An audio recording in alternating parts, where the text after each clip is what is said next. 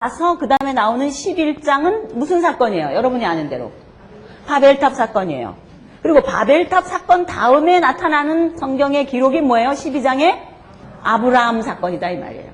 이게 어떻게 연결되는지 이 흐름을 찾아야 이제부터 성경 전체가 어떤 엔진을 가지고 정말 가는지 연결된다 이 말이죠. 큰 프레임을 아시겠습니까? 네. 이제 노아를 보시면 노아 홍수만요. 여러분 노아 홍수만 그러니까 노아 홍수를 여러분이 이제 생각하려면 두 가지 측면으로 생각해야 돼요.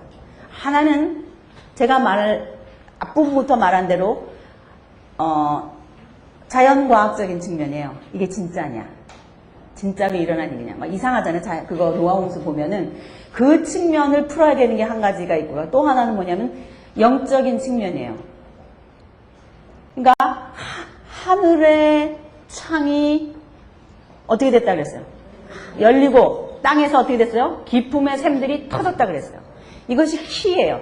과학적으로 그것이 사실인가를 말해주는 성경이 말해주고 있는 굉장히 중요한 키예요. 자, 7장 11절인가요? 자, 보십시오. 7장 11절을 보시면 큰 샘들이 터졌다 이렇게 돼 있죠. 이거는 워터 캐노피라는 게 있어요. 그러니까 우리 별 보면은 왜 토성인가요? 토성이 그렇게 생겼나요? 사실은 태양도 가스가 다 뭉쳐 있는 거로 여러분 알죠? 태양이 전부 가스잖아요. 가스가 타는 거잖아요. 이렇게 생긴 별이 뭐죠? 네, 여기에 있는 것들이 다 뭐라는 거예요? 가스거든요. 이런 것들이. 띠를 두르고 있는 거라고요, 가스가. 멀리서 봤을 때 이렇게 보이는 건데, 노아 홍수가 굉장히 중요한 인류 역사 가운데, 중요한 지점을 차지하고 있어요. 결론적으로 얘기하면 뭐냐면, 노아 홍수는 하나님께서 창조물에 손대신 거예요. 창조물에. 내가 이제 예쁘게 뭘 만들었어요. 예쁘게 뭘 만들었어요. 이걸 애지중지하고 만들었어요. 근데 그거를 그 창조물에 그냥 팍 손대가지고 읊겠다. 만두를 내가 예쁘게 만들었는데 그냥 팍 읊겠다. 화가 나가지고 예를 들어서 탁 읊게면 터지잖아요.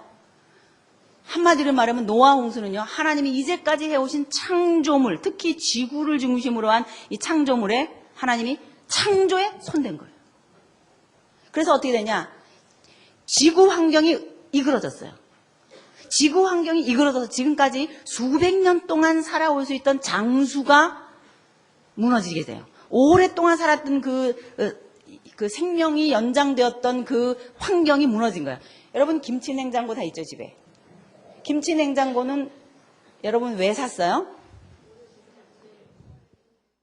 오래도록 쉬지 않고 맛있게 먹으려고 샀죠. 오래도록 맛있게 먹게 하기 위해서라고 하는 것은 그 속에 있는 김치가 변하지 않고 그대로 있다는 거죠. 그대로 있게 하기 위해서 쓰는 원리가 뭐냐면 장파의 원리예요. 보통 냉장고는 이 기류 변화 때문에 온도 변화가 많다는 거 아니에요. 그런데 김치 냉장고는 그 안에 온도 변화가 있다는 거예요? 적다는 거예요? 적다는 거예요. 잘하시네요. 그걸 장파 원리라 그러잖아요. 똑같아요. 지구가 있었는데 창세기 1장에 보면 하나님께서 궁창 위의 물과 궁창 아래의 물로 나누셨다 그랬죠. 궁창 위의 물을 워터 캐노피라고 보는 거예요. 이거는 물층이에요. 왜냐? 지금 여기도 보면 하나님께서 하늘에 창을 열었다 그랬죠. 지금 보면은 창을 여셨다. 이게 깨진 거예요. 지금 지구는 그 위에 몇 겹의 겹이 있습니다. 대기권이 있어요. 구름이 있는 층이 있어요. 그렇죠? 구름이 들어있는 층이 있고 또 그다음에 산소가 있는 층이 있어요. 그렇죠? 그걸 뭐라 그래요? 대기권이라 그러죠. 거기 넘어가면 어떻게 돼요? 이렇게 둥둥 뜨는 거 아니에요? 그리고 오존층이라는 게 있죠. 오존층 파괴되면 어떻게 돼요? 나쁜 자외선이나 우리 몸을 나쁘게 하는 것들이 막 들어오잖아요. 단파들이. 그래서 우리를 막 이렇게 나쁘게 하고 병 걸리게 하고 그거 아주 나쁜 전파 세게만 하면 우리는 금방 죽잖아요. 얼마나 그래요. 그게 오존층이 파괴돼서 점점 그렇다는 거 아니에요. 그러니까 이 지구를 중심으로 해서 이런 층들이 여러 개 있다고요. 근데 성경이 우리에게 또 하나 말해주고 있는 정보는 뭐냐면 물층이 있었다는 거예요. 궁창 위의 물이. 그럼 이 궁창 위의 물이 하는 역할이 뭐냐? 온실 효과를 나타내 보여주는 거예요. 온실 효과를 나타내주면 어떤 현상이 나타나냐? 이 지구 껍데기 온도가 어때요? 일정한 거예요. 온실이라는 거는 뭐예요? 그 온도가 똑같잖아요. 똑같은 온도를 마련해 주는 거예요. 그러니까 초기의 지구 환경은 오래도록 살 수 있는 환경이었을 뿐만 아니라 변화되지 않고 이런 모든 자외선이나 이런 데서 보호되도록 하나님이 하셨을 뿐만 아니라 이 안에서 오래도록 범죄하지만 않았더라면은 살 수 있는 그런 하나님의 환경을 허락해 주셨었고 사람들은 초기에 오래 사는 거예요.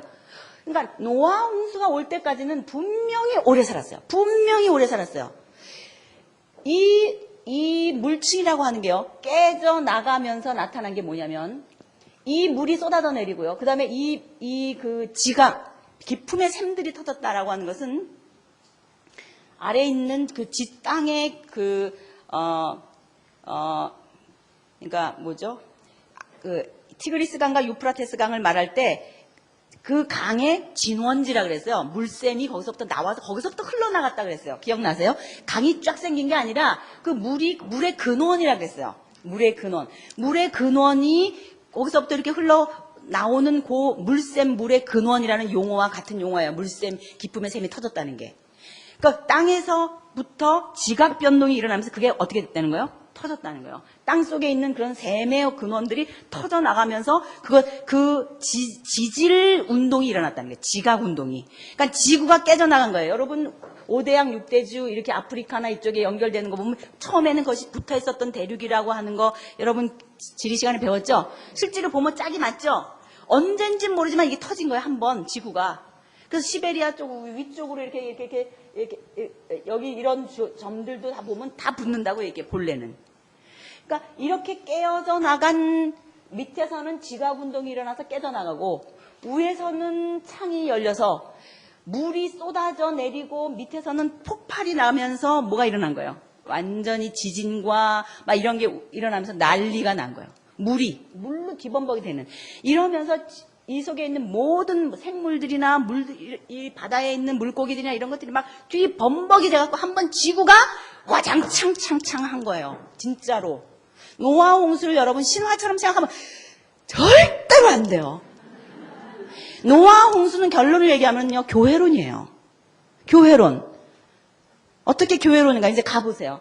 이게 이런 식으로 완전히 지구가 와장창 창창 깨지고 나서 이 물들이요. 여러분 핵겨울 아시죠? 핵겨울. 지진이 핵전쟁이 일어나면 제일 무서운 것이 핵폭발하고 나서 버섯처럼 이렇게 되고 나면 뭐예요? 분진이 태양에서부터 오는 빛을 막아서 황사 현상 같은 거. 이렇게 하면은 온도를 그러니까 햇빛이 모쪽에게 완전히 빽빽하게 되기 때문에 그게 뭐가 된다는 거예요? 완전히 핵겨울이 된다는 거예요. 그 핵겨울이 된 상태에서 오는 그 추위라는 것은 이루 말로 다 할 수 없다. 그게 핵겨울이거든요. 그러니까 노아 홍수가 일어나면서 이게 땅속에서 이게 지진이 일어나고 이게 폭발이 일어나고 이렇게 화산이 터지고 하는 이런 격렬한 지각 운동이 일어나면서 위에서는 물이 쏟아져 내리고 이 창이 깨지고 하면서 그 물들이 순식간에 어떻게 된 거예요? 얼어붙은 거예요. 그게 뭔지 알아요? 빙하의 비밀이에요. 이 지구에 있는 빙하단이라고 하는 것을 여기 이제 북쪽에 북극이 있고 남극이 있잖아요. 이 빙하단은 여기 스위스, 물론 지금은 스위스 뭐 알프스 막 아름답다고 이제 그러면서 여행하지만은 그게 본래 빙하단이라 그래요. 빙하단이에요, 이게. 다 빙하로 덮였던 거예요, 이게. 그럼 여기 있는 물들 다 녹으면 지금 우리 지구 어떻게 돼요? 완전히 잠기는 거 여러분 아시죠? 이게 녹으면 잠겨요. 근데 재밌는 건 뭐냐면 이 얼음 속에 뭐가 있는 줄 알아요? 아열대 식물들이 있다는 거예요. 이 남극과 북극 속에 아열대 식물, 또 멤머드 같은 거 있잖아요. 공룡. 입에 완두콩 먹다가 입 벌리고 나니까 그 안에 완두콩 5개 뭐 몇 개 이렇게 깍지 들어있는 채로 냉동된 상태로 남극에서 발견됐다. 그럼 그거 어떻게 서로 해석하시겠어요? 그거를. 예. 이렇게 된 거예요. 얼어붙은 게 본래 여기가 어디였었는데. 아열대성 기후였었는데 여기가 노아 홍수가 순식간에 일어나면 여기서 살다가 얼음에 냉동이 돼야 지금 발견했을 때 냉동 그대로 살아나지. 만약에 여기 안 살고 딴 데 살았으면 여기 못 오잖아요. 그러니까 본래 여기서 살았었다는 거라는 거예요. 그러니까 남극이나 북극이나 할 거 없이 다 모였었다는 거예요. 아열대성과 같이 하나님이 보시기에 아름다운 그런 지구 환경이었다 이 말이에요. 이거를 그 누구도 과학자들은 설명해내지 못한다는 거 아니에요. 빙하의 비밀을. 이거 다 녹으면 물 다 잠깁니다. 이때 빙하가 된 거예요. 왜냐 이거예요. 왜? 이렇게까지 하나님이 지구를 깨뜨릴 만한 이유가 있느냐. 이것이 앞으로 창세기 12장부터 하나님이 이스라엘 백성을 세우시면서도 적용되는 중요한 원리가 여기에도 있는 거예요. 그게 뭔지 알아요? 창세기 6장에 나타난 비밀이에요. 왜 노아 홍수가 생겼냐? 노아 홍수의 현상입니다. 이거는 어쩌면 이렇게 하기까지 하나님이 지구를 깨고 싶으셨을까? 하나님은 왜 이렇게 지구를 깨고 싶으셨을까? 지구를 깰 정도로 하나님이 소위 심판의 심벌이 되는 성경 전체 속에서 심판 그러면 전형으로 나타날 수 있는 노아 홍수라고 하는 것을 하나님이 허용하셨는가? 비밀이 6장에 있어요. 자, 6장을 열어보세요. 노아 홍수 6장부터 시작된다고 그랬죠? 자, 6장에 보면은 노아 홍수 당시의 사회성이 나와요.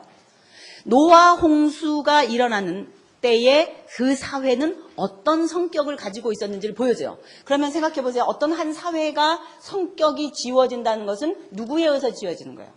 다스리는 자에 의해서 지워지잖아요. 통치자에 의해서 왜 자기 마음대로 하니까 그 사회 성격이 만들어진단 말이에요. 공산주의는 공산주의를 다스리는 자에 의해서 그 성격이 만들어지고 그렇지 않습니까? 그러니까 노아 시대 때의 사회적인 성격이 뭐냐?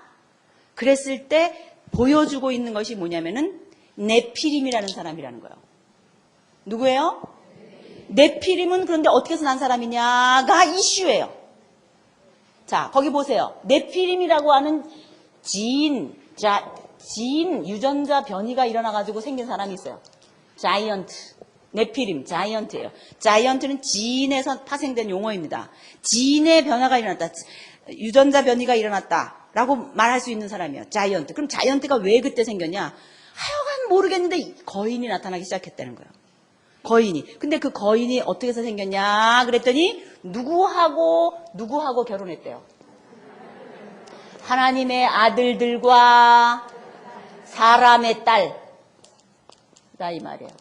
여러분 여기서 하나님의 아들들은 누구를 말할 것 같아요? 우리 공부했지 앞에 셋계열의 5장에 나타난 하나님의 나라 예배 공동체를 말해요. 하나님의 나라 예배 공동체. 하나님의 나라 백성들이 하나님의 아들들이에요. 이 하나님의 아들들이 어떻게 되는 거예요? 가인 계열의 여자들과 어떻게 되는 거예요? 섞여서 결혼했다는 거예요. 그러더니 나타난 이상한 종족이 누구라는 거예요? 네피림이다 이 말이에요. 당시는 네피림이 있었고 네피림의 속성에 대해서 말해줘요. 아나무인에다가 네피림이 하는 일이 뭐예요? 너무 포악한 누구를 말해요? 네피림이 그런 사람이라는 거는 그 사람이 당대의 누구였다는 거예요?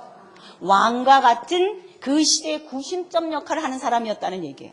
노아 홍수를 불러일으키게 된 원인은 가인 계열 때문이 아니에요.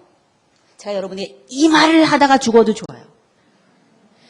노아 홍수도 그렇고 앞으로 하나님이 이루어 나가려고 하는 이 하나님의 나라도 그렇고 이 세상은 인류 일반적으로는 어차피 가인 계열이 있어요.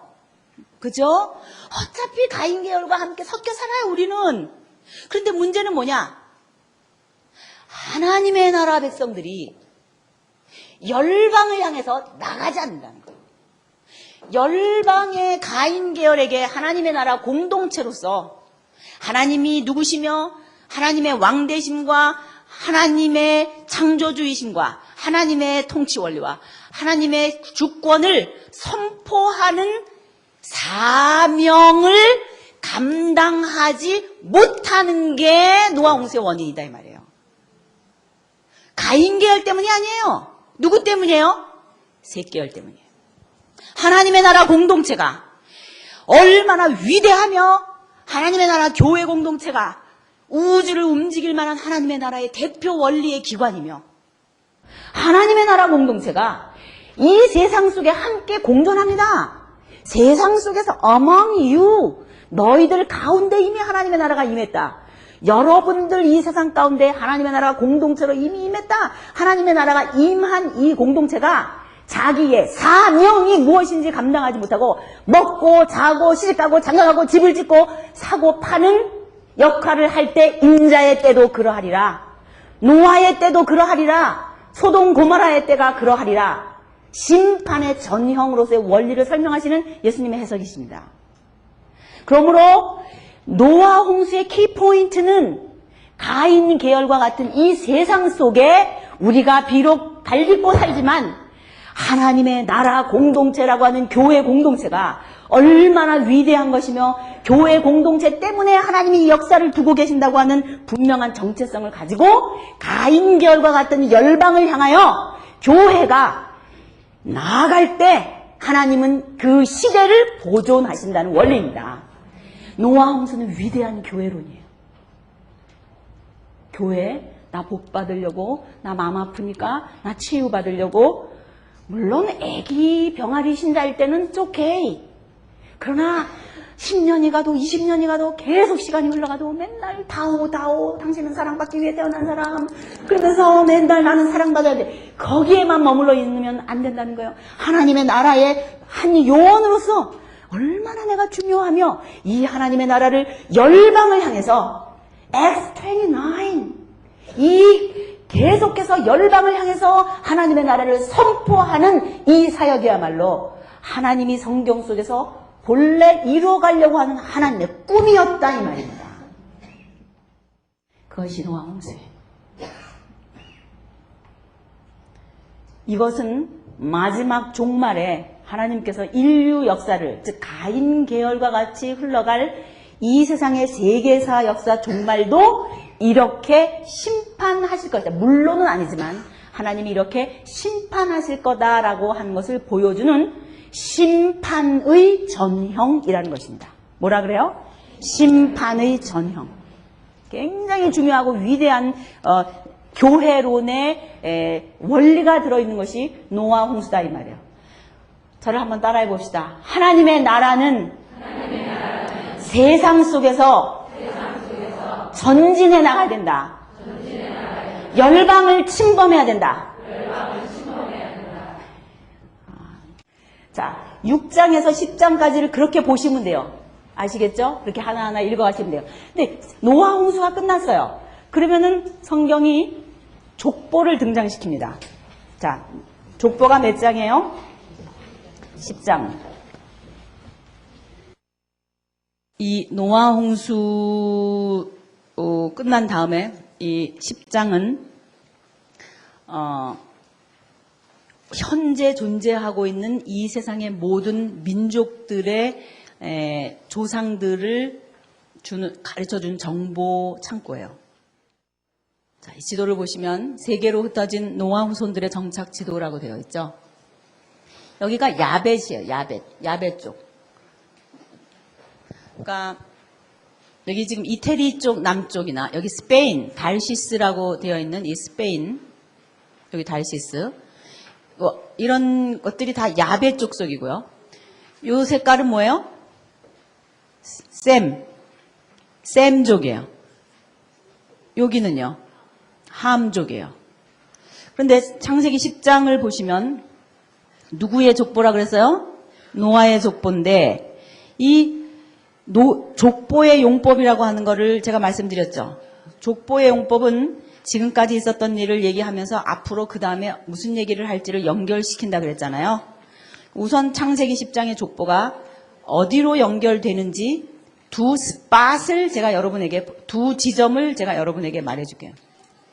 우선 창세기 10장 노아 후손들 이후 함셈, 야벳이 어떻게 갈라져 나갔는가를 보여주는 족보 일일이 나타나는 이름 중에 다른 사람들 이름은 예를 들면 야벳의 자손은 고멜과 마곡과 마대와 야완과 두발과 메섹과 디라스다. 이런 식으로 이렇게 이름이 나오는데 유독 어떤 한 사람에 가서는 굉장히 집중해서 얘기해줘요. 누구냐면은 니므롯이라는 사람이에요. 6절을 한번 보세요. 7절부터 보세요. 구스의 자손은 누구래요? 예. 그리고 그 다음에 구스는 누구를 낳았대요? 니므롯을 낳았다. 그리고는 니므롯에 대해서 몇 절까지 얘기하고 있어요? 12절까지 얘기하고 있어요. 자, 보세요. 8절 시작. 구스는 또 니므롯을 낳았다. 니므롯은 세상에 처음 나타난 장사이다. 그런 주님께서 보시기에도 힘이 센 사냥꾼이었다. 그래서 주님께서 보시기에도 힘이 센 니므롯과 같은 사냥꾼이라는 속담까지 생겼다. 그가 다스린 나라는 어디래요? 시날, 바빌론, 에렉, 아갓, 갈레이다. 그는 그 지방을 떠나 아시리아로 가서 니누에, 로보일, 길라, 이런 그 성을 세웠다. 니누에와 갈라 사이에는 레센을 세웠는데 그건 아주 큰 도성이었다. 이런 얘기가 있죠. 니므롯에 대해서 굉장히 자세히 얘기해 주죠. 그럼 니므롯 이 얘기는 그 다음번 11장 바벨탑 사건에 나타나는 이야기와 어떤 관계가 있을까 한번 눈여겨보세요. 그게 그 얘기인가? 보세요. 맞죠? 즉 시나알 땅에 나타난 누구의 얘기예요? 바벨이라고 하는 도성을 쌓는 얘기거든요. 그러니까 10장에 나타나는 족보에서 니므롯의 문화를 하나 탁 집어내는 거예요.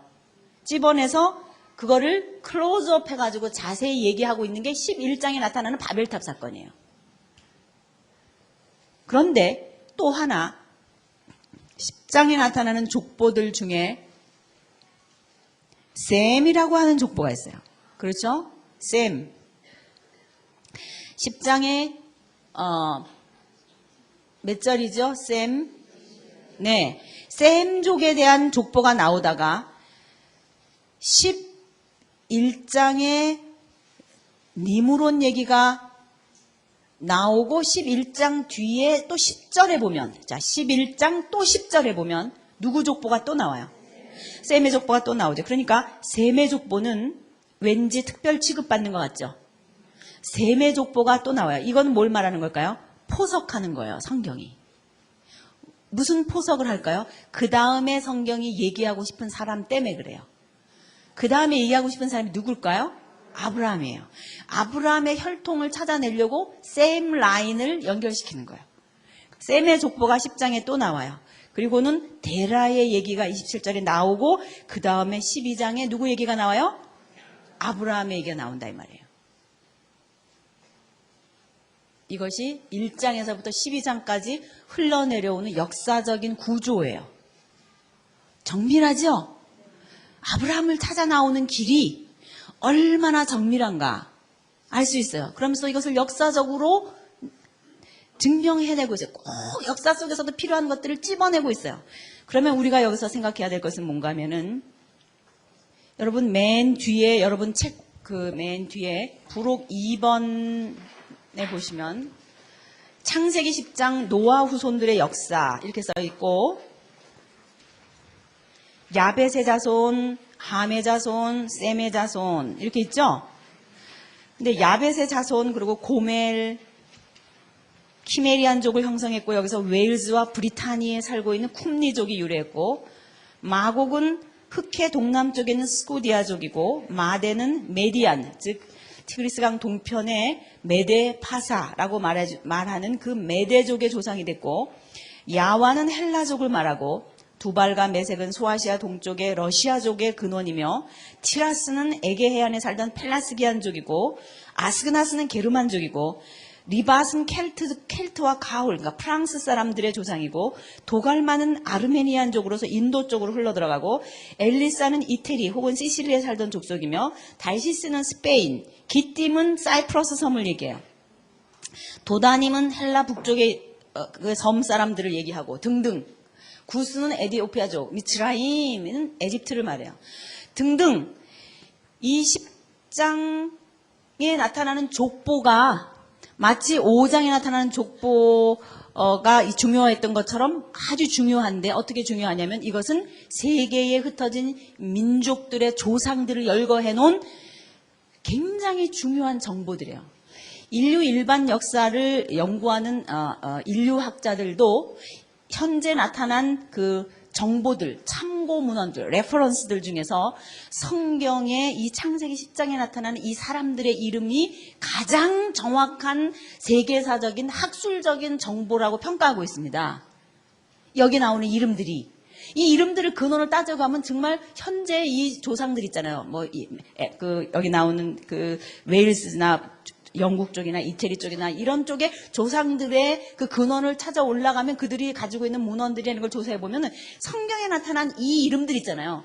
여러분들이 그렇게 이제까지 무시했던 이 이름들, 이 10장을 읽으면서 얼마나 여러분들이 오늘은 무슨 반찬 할까? 전화해야 되는데, 세금 내야 되는데, 거기는 그러면서 읽는 데잖아요. 딴 생각 나야 되니까. 그러는 데지만 이것이 얼마나 중요한 이 인류학, 안트로폴로지를 연구하는 학자들이나 히스토리를 연구하는 학자들이 중요한 레퍼런스를 쓰고 있는 게 구약에 나타나는 창세기 10장의 족보입니다.